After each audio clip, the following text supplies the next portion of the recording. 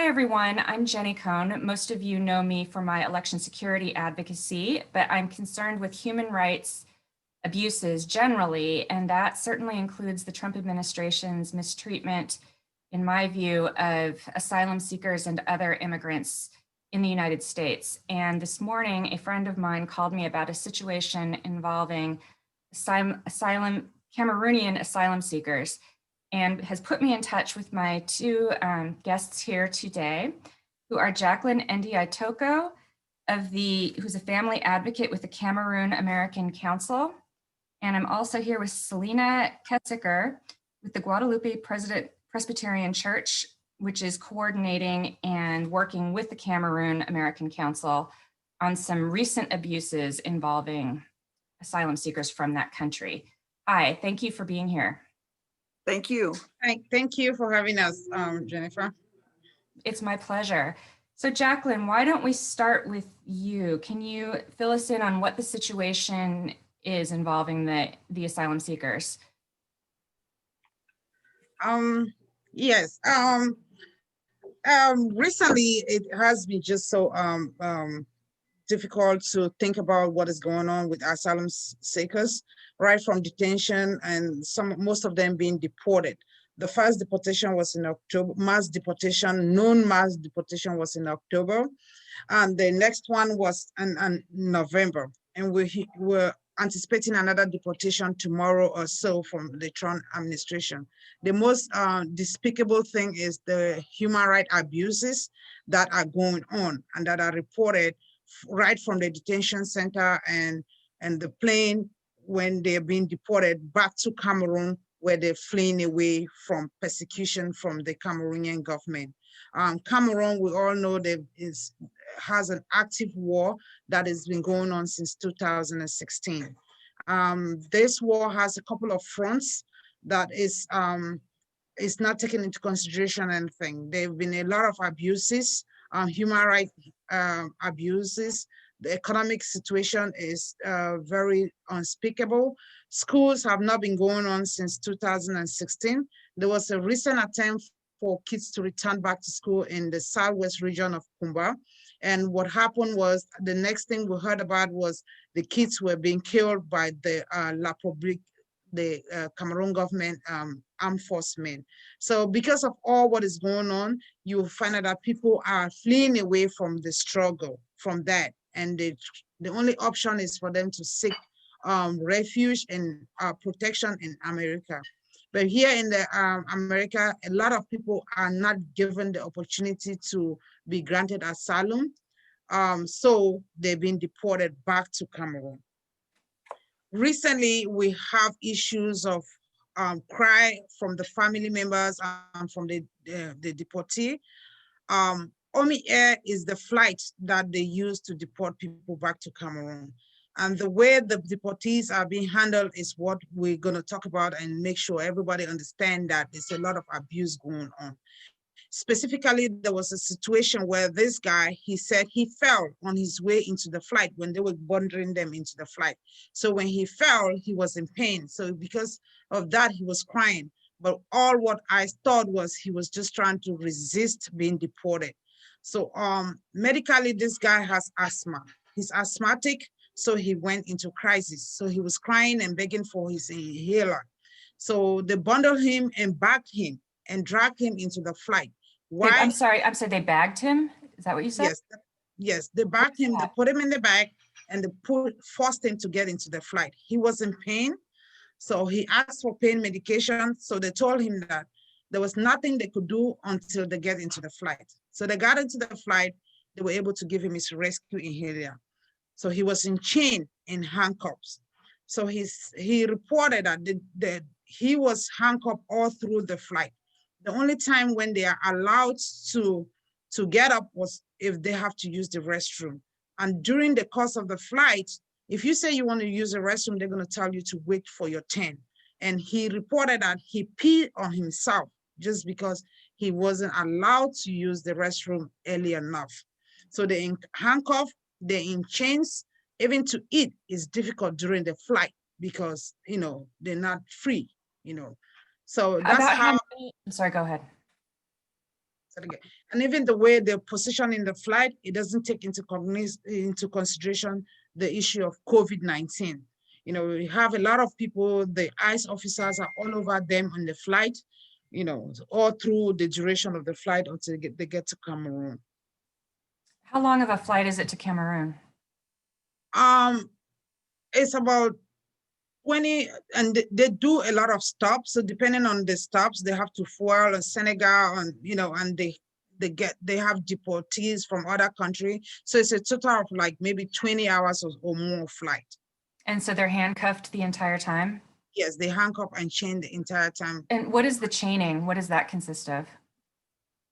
Like a chain to the leg and the hand. So their hands are chained to their legs, so they can't. They can't move. Oh God!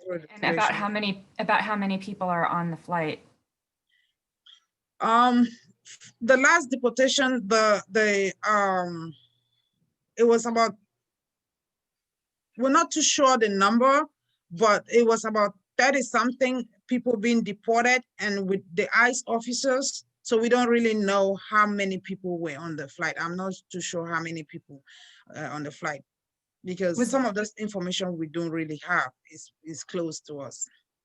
And was there something about broken fingers you mentioned? Yeah, he complained that he had a broken finger, and his leg was bruised from the struggle and the chains. The handcuff was kind of tight, and the fact that they have to be in it for the duration of the flight. And what about the bagging? What does that consist of? I thought you said something about the bag. It's some kind of a bag that they use, I think, to prevent touching also. So they put you in that bag just so they do the arrest. But they're supposed to bag over your head? The leg. Put your leg in the bag. Yeah. Mm-hmm. Oh, okay. Just so to take you into the flight. So when they get into the flight, and then after he said he was in it for like 2 hours, and then they took him out off of it when he was crying. My God. You know, so you've been following this issue too. Can you tell me what your work consists of and what you have observed and heard? Most of what we've done is to hear from persons with whom we write. Our detention ministry has been visiting people that are held in detention here in Arizona. Since March 13 and the COVID, they've cut all of that visitation out for good reasons. And so now we are writing letters to persons that are in detention. We write letters to Cameroonians who are in La Palma and in Eloy. And then we also are writing letters to people there's sort of like a detention tourist that's going on. We write to a person that's in one detention center in Louisiana, and then we find out that they've been moved to another detention center and are there for a while, and we write letters and get them back, and then we forward them to another person or to themselves in another location, whether it's in Louisiana or Alabama or Virginia. That's been our involvement with them, and we work. We visit with permission from the detainee. We can call their loved one, whether it's in the U.S. or whether it's in another country, and to help to get papers that are WhatsApped to us so that we can print them off and give them to them so that they can carry their cases. It's very difficult for materials to get over in a timely manner from different countries. So that's been one of our primary ways: letter writing, contact, advocating for them. If they give us permission to speak with their lawyer, well, then we can speak with their lawyer in terms of how they feel that we may be able to help them, or particularly to keep their spirits up. Also to send money, if we can, to their commissary so that they can have telephone money, or that they can buy stamps and writing materials. One of the persons that that we've been writing told us of a song that has kept them all very, very strong and is a rallying call for them. It's called Ekuime, and invite you to look that song up on a search. It's EKWEUME. Okay, thank you. Thank you. So you mentioned Jacqueline Omni Airlines. Is there some significance to that? Like, are there airlines that refuse to do these deportations? Do you know? No, I'm not sure about that, but I know they are the one that have the contract for the contract that they're deporting. All the deportation has been through OMIA. Is that just for Cameroonians or is it for other nationalities as well? For other nationalities, Congo, Senegalese, Congolese, you know, so they will put everybody in one flight and do the stops, you know, and do the stops. Have there been attorneys who have been helping out with the asylum seekers before they're deported? Yes, some of them, most of them do have legal representation, but unfortunately, the system is the one that, you know, is just so funny. I don't know, something must have changed somewhere. So a lot of them, even with open cases, like in Louisiana, my brother has been in Jackson Parish Detention Center for almost 2 years now. So when they get this, he's been in a detention center for 2 years? Your brother? Yes, it's getting to 2 years. Yes. My brother is getting to 2 years that he's been in detention. So, and I remember when he got there, he just called me and said, "Oh, I'm here." And what they told me is that, forget about it, you're not gonna get asylum. So it's like judgment is already taken without even giving them the opportunity to even state the story. So most of them, when they go in front of the judge, they already have this in mind that, oh, you're not gonna get it. So so that's where we are. So even with the lawyers, some lawyers are really trying their best. And as challenging as it is, as Selena said, it's hard to get documents from back home. Communication is very difficult to prove their cases. But, you know, people have to understand that there's something actually there's a war going on. People are fleeing away from persecution. People are dying. So the very fact that there's a war going on and you're deporting the people back to where they say they're coming from, it's crazy. And if you want to talk about the human right, the abuses that are going on in the on the flight, that's just one part of the story. The abuse that is going on in the detention center is so emotional. Me talking about it. There's a guy that I'm in contact with just a couple of days. He has a G-tube. He got released after a long struggle when they knew that his heart was declining. He had blood clot, he had nutrition needs, he was malnourished, but they refused to listen to him, thinking that he was faking. I know a close relative that was deported in one of the deportation that had psychiatric issues. I remember my brother was calling me that this boy is going crazy and nobody's attending to him. So it's just, if we can go on and on. We have people who have cancer. There is a guy now with glaucoma and cataract. His vision is closing up on him and eyes is not doing anything. We had women that, you know, were sterilized and were deported. One of them was deported. Yeah, there was a whistleblower came up and was like, you know, something is going on in Georgia. You guys need to, you know, look at it. If you go, you Google it, you will see. It's all over. So they're deporting these people. Go ahead. You mentioned Georgia. What's happening in Georgia? You mean the state of Georgia? They did a hysterectomy on 2 ladies without consent from them. Well, no volunteer sterilization. Sterilization initiated by ICE. Yeah, right. They went for another type of surgery. during the time, especially if you're knocked out because of whatever the surgery is, and they say, oh, well, would you sign this form? You're not aware of what is going on. So there have been ACLU and some other groups have brought some suits on that, so that has been stopped. There was a whistleblower nurse who was brave enough to bring it to attention. Yeah, I So- remember reading about that a few months ago or several months ago. So people are, some of this deportation is, is they understand why they're forcing them out, because they have witnesses that will speak out for some of the cases that are coming up, or it's ongoing. Some of it is just because we are from a minority group, and we're not being respected or so, because I don't understand. If we know there's war going on and people are dying every day, why should you send these people back there? ICE is not listening to anybody, Do you know unfortunately.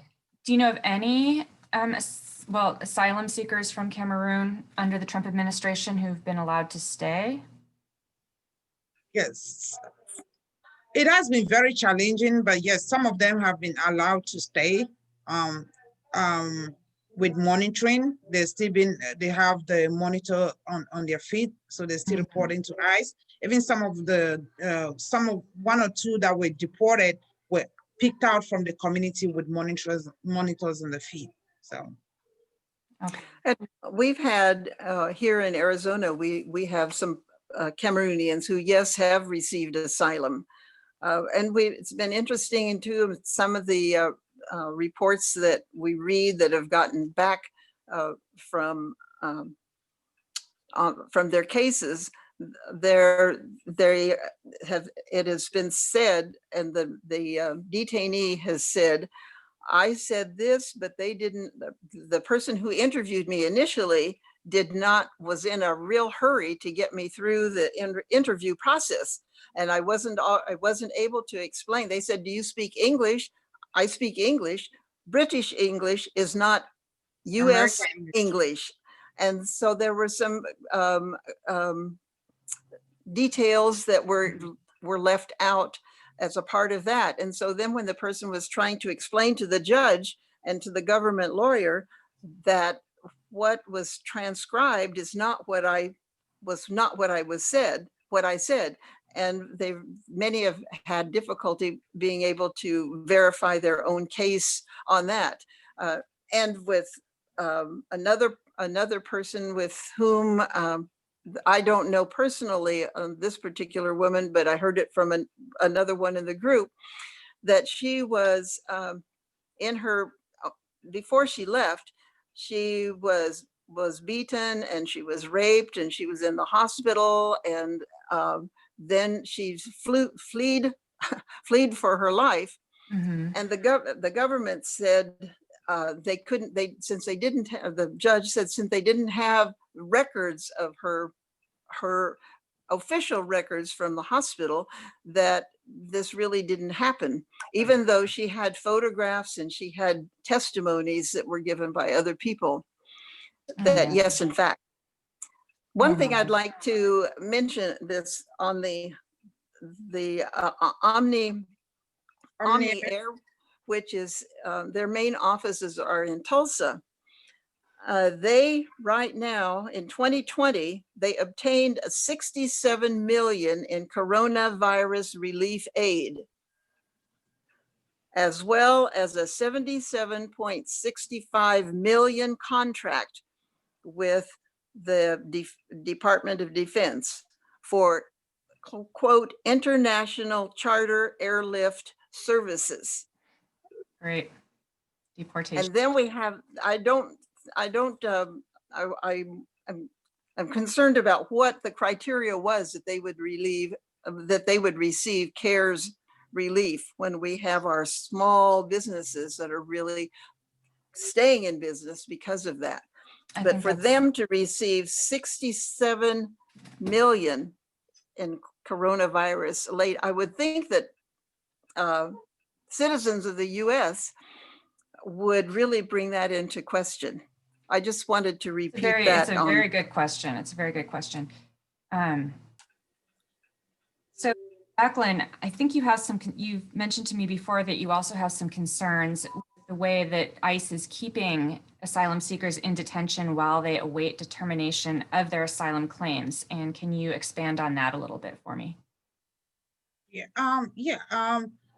What we know is the condition in which our loved ones are in detention is something that is of concern. We have a lot of them that are medically not stable. They're going through a lot of issues and they're not getting the medical attention that they're supposed to get. You know, we have specifics. Somebody ended up, right now he has a G tube where he was so malnourished, he had blood clots, and they didn't seek medical conditions. People with high blood pressure are still being there, dealing with the COVID-19, ICE officers coming in back and forth within detainees. So keeping them in there, I think, is economically driven, because if they actually want to deport them, which is something they should not do, they can put a GPS on them and send them home. And when it's time for them to deport, done with the processing, and it's time for them to deport them, they can come and get them from their homes, from their family homes, and deport them. So keeping the detainees under this kind of harsh condition with medical issues in detention is economically benefiting somebody. I know that, you know. Right, the private prisons and the private detention centers. Private detention centers, yes, and because this is hard and taxpayer money that we're spending in keeping somebody in detention, that they could have been home interacting with their loved ones, be free, less economically to everybody, and at the end of the day, if deportation is the end road, they can still be deported from home. Right, so you make a good point that, especially for people who do have family members who are willing to take them in, why are they forcing them to stay in detention rather than going to their family members with a GPS? Because as you and I talked before, Paul Manafort even was allowed to go home on home release, and he, is a criminal. Yeah. So Michael, the fixer of Donald Trump, Michael Cohen, or what's his name? Yeah, he was released. Right, Michael Cohen. Yeah, he was released. He was able to go home because of complete. Yeah. Right. It doesn't make sense. These aren't criminals. They're asylum seekers. As a convicted criminal, yes. Yeah. Okay. And then Selena, you were going to talk to me a little bit about the timing of the flights and sort of the secrecy around it and how difficult it is to obtain information about what's going on. Can you expand on that a little? Okay. That is what the truth is that there are some persons who are able to, for different kinds of means that I'm not privy to, because I'm not working with the traveling, but we hear that the word is that it's going to happen on this time, and sometimes it's going to happen they're going to start at 2 o'clock in one particular place and then maybe fly to another place at another time and whatever. So we never know exactly if that's even true or if that's just information that's being put out to confuse whoever it is that is able to wonder about how. One of the ways that we are aware that this is a possibility is that commissary accounts are shut down. And interestingly enough, we're getting reports that the money that's left in their commissary account is given to them on a credit card, which is not something that can be used in the country into which they return, or the money is given on a check, a U.S. check. So they're keeping their money? So that's one of the rabbit holes, I guess we say, that we're going down, is to find out what really is happening with a person's commissary accounts. So in terms of when they're flying, we've gotten words that commissary accounts are closed down. We've gotten word from some persons that are thinking that they're being deported, that they've been called in for interviews. Then we also have instances where people have been taken on a bus to wherever they were going to be deported, but they were not really going to be deported. It's a trauma, a psychological trauma that many of the detainees are going through, thinking, oh my gosh, this is my last moments here. Then they get there, oh no, you're going back to wherever, which is really it's the humanitarian aspect of that is game playing and with no respect for persons. Right. Psychological, Yeah. psychological torture. Psychological trauma. Yeah. So not only do you have the physical of breaking bones or humiliation, you've got this psychological trauma as well. And let's see, in the LA Times, it says Cameroonians are being one of the largest groups of extra-continental migrants to the US because the Trump administration is denying most asylum requests, placing Cameroonians in detention centers across the country or keeping them in there for years. And years means maybe 3 to 5 to 7 years. Dear God. Without being released. And let me see, there was one other point that I wanted to make. So many years, and one of the deportees was there for 4 years and ended up being deported. So understand right. So I'm so sorry to hear that. Thank you. If you could send me a link to that article, I'll post this on my YouTube channel and I'll include the link with it as well. And maybe I'll put it also on my Twitter when I post segments of the interview. Okay, I think you sent me your email. Oh, right. Yes, I'll give you my email. Okay, well, thank you so much to both of you for working so hard to try to improve the situation and to shine a light and to bring comfort to people who are in such distressing circumstances. I really appreciate that you're out there doing this kind of work. And it was very, very nice to meet both of you and to talk to you. Thank you very much. Thank you so very much. Jacqueline is a real warrior in this. She gives us lots of strength. Yeah, we're trying to get TPS for Cameroon, TPS for Cameroonians. All of them should be protected. Everybody. It's just too much. Thank you so very much for doing this. Thank you. Thank you, guys. Thanks.